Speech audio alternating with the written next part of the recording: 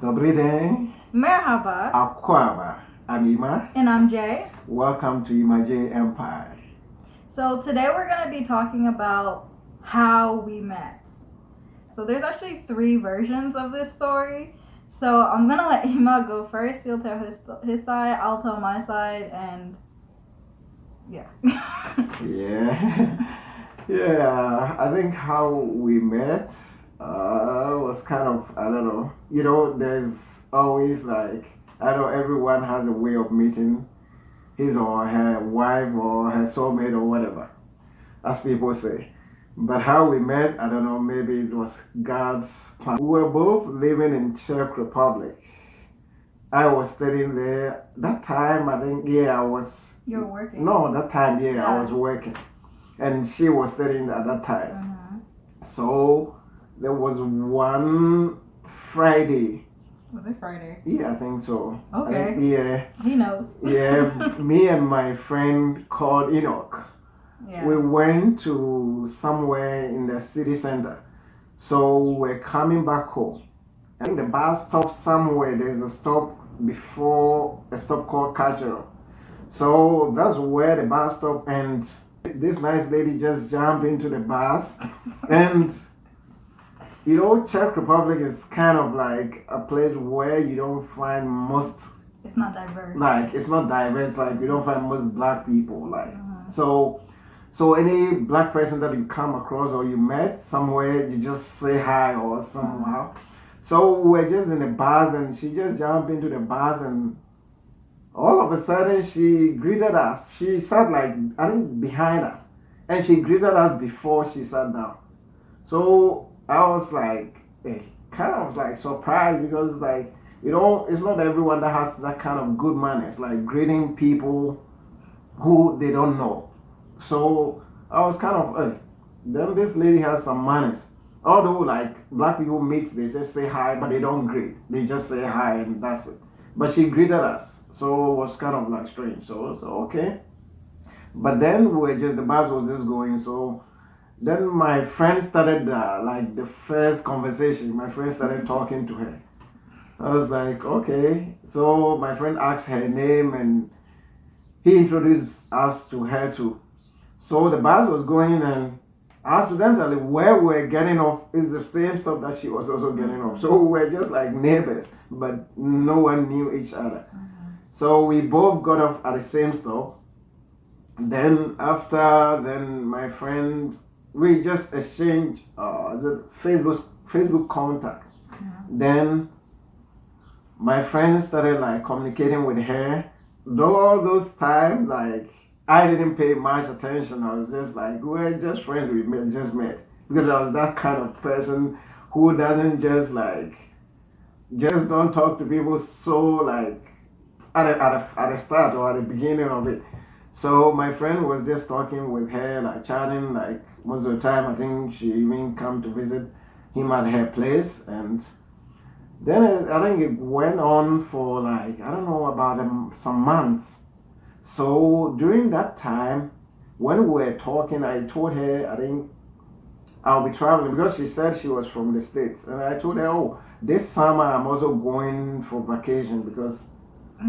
Okay, so yeah, I think at this point, I was in Kansas City, Missouri, visiting my family for the summer, and he was coming to New York. Yeah. But we missed each other because the time I was going back to Czech, he was coming to the U.S.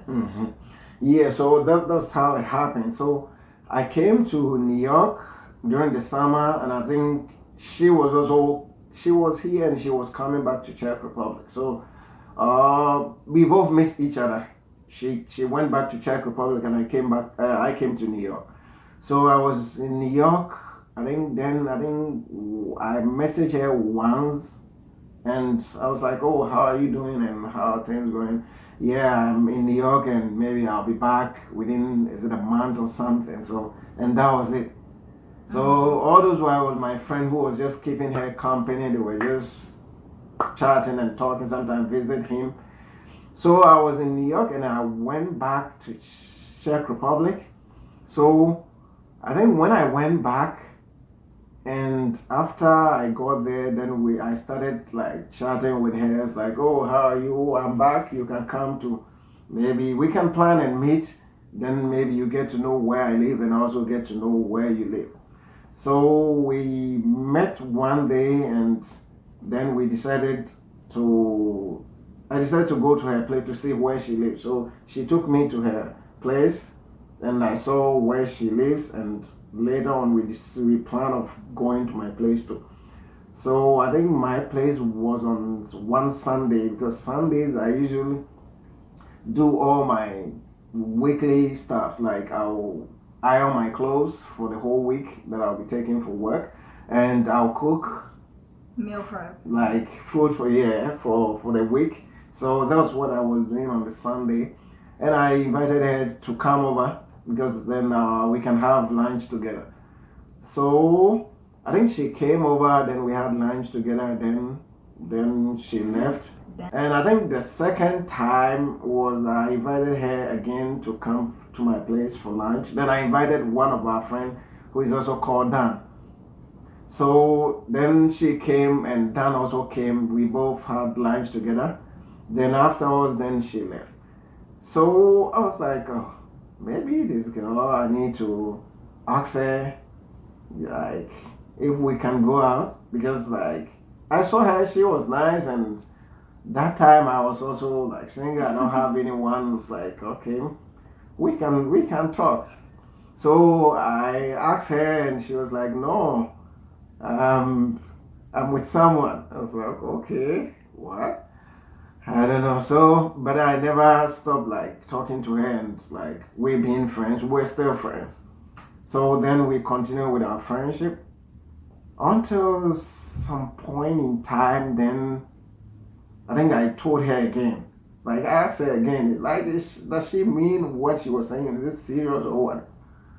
Then it was like the answer was kind of like, I don't know, kind of shaking. So I was like, okay, then I started need to pursue what I'm trying to achieve at the end of the day. So then we continue until I think the day that I told her, like I'm serious with her. I'm not joking. I'm just really serious.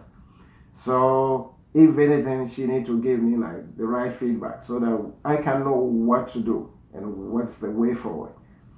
Because I didn't at the initial stage, my family, part of my family are here in New York, and they're also like thinking of maybe connecting me to someone here. So I was like kind of like, okay, I don't know, maybe until she decides. If she decides and she accepts, then okay.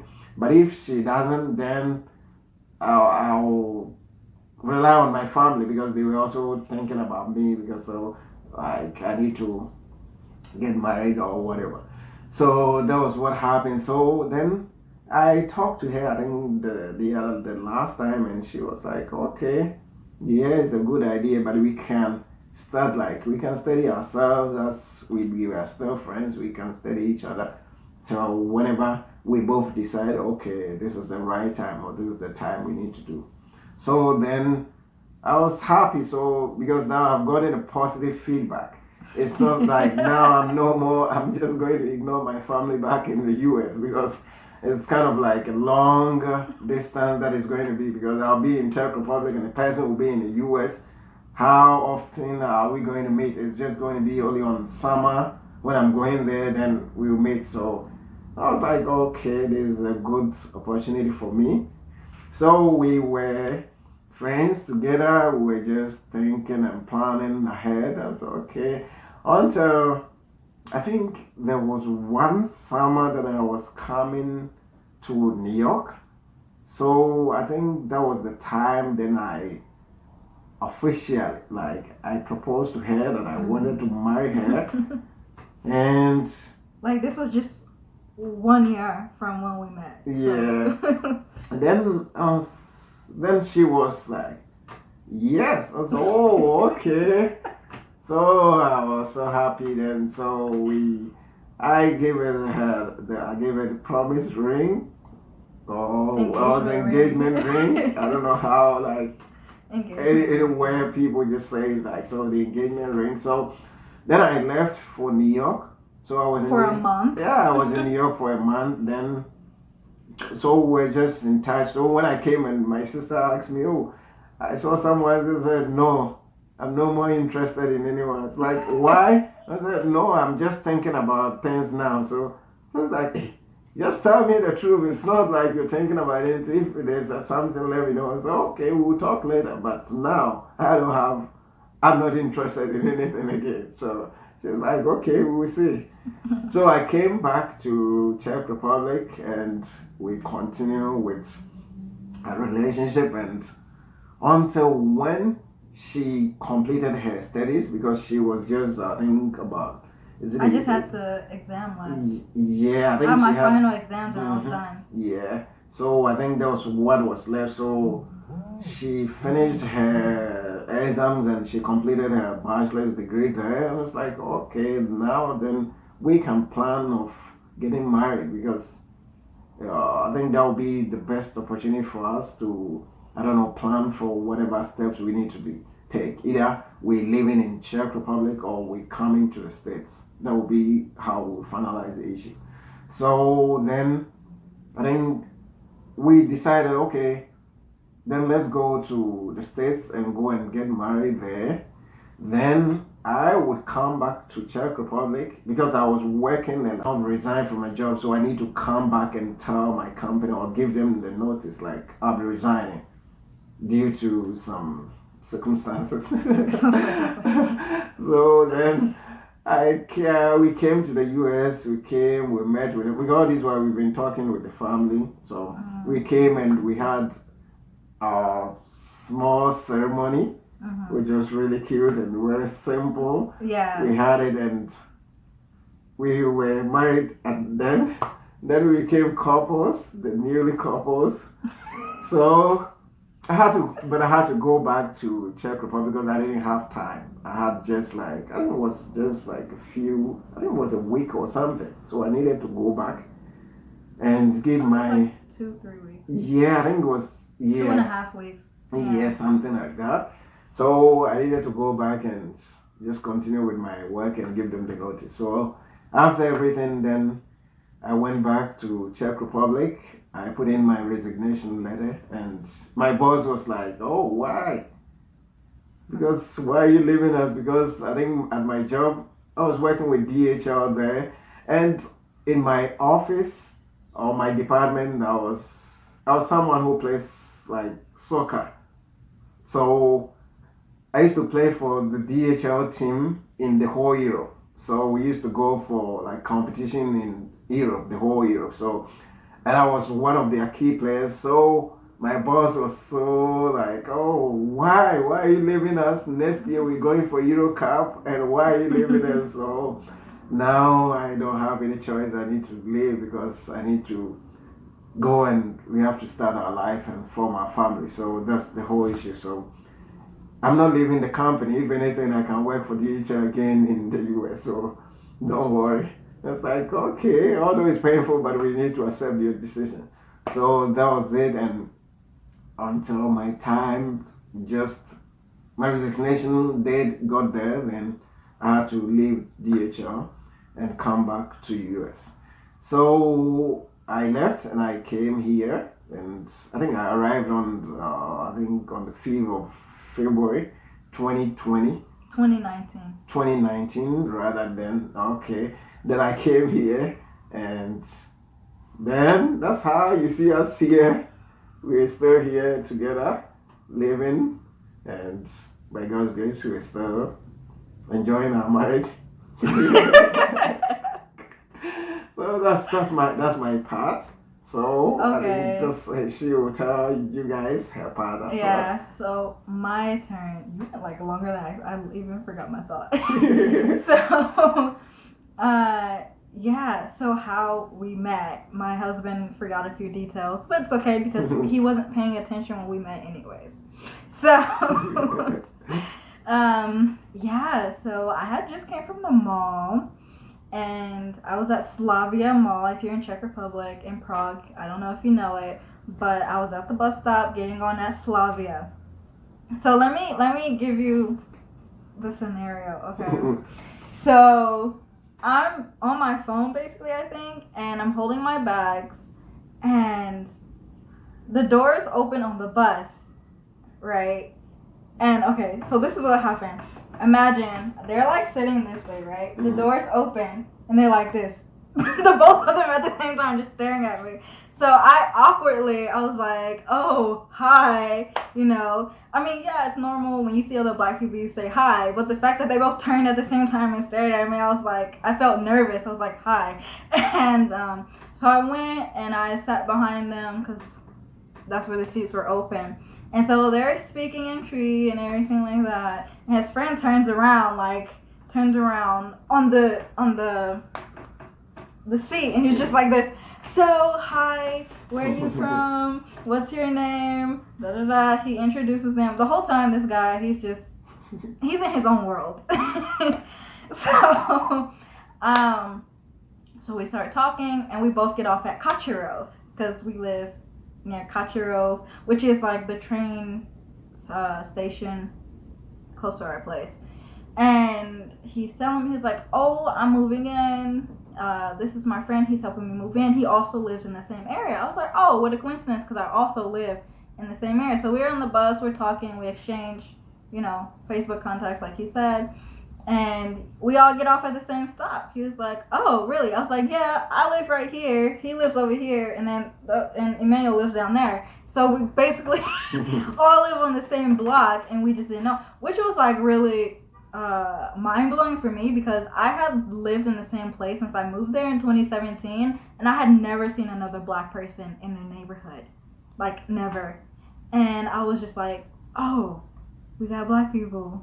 Yay. And yeah, so after that, I'm trying to think what happened.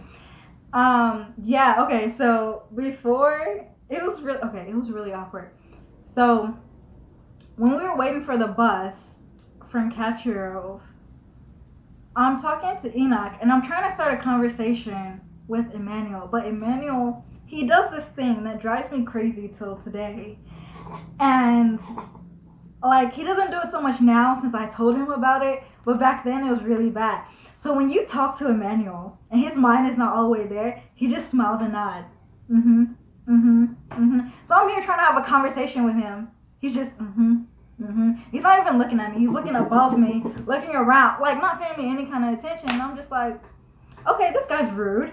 And and so at this point, I was like, he's rude and everything like that. And I was like, okay, I guess I don't need to pay him any attention, And yeah, so yeah, but on the other hand, because it's like Enoch, he's like really friendly, he's really talkative and everything like that.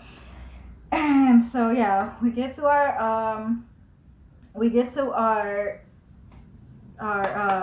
bus stop at Nové Dvory. I don't know if you were in Prague and you know Prague 4. We lived at Nové Dvory.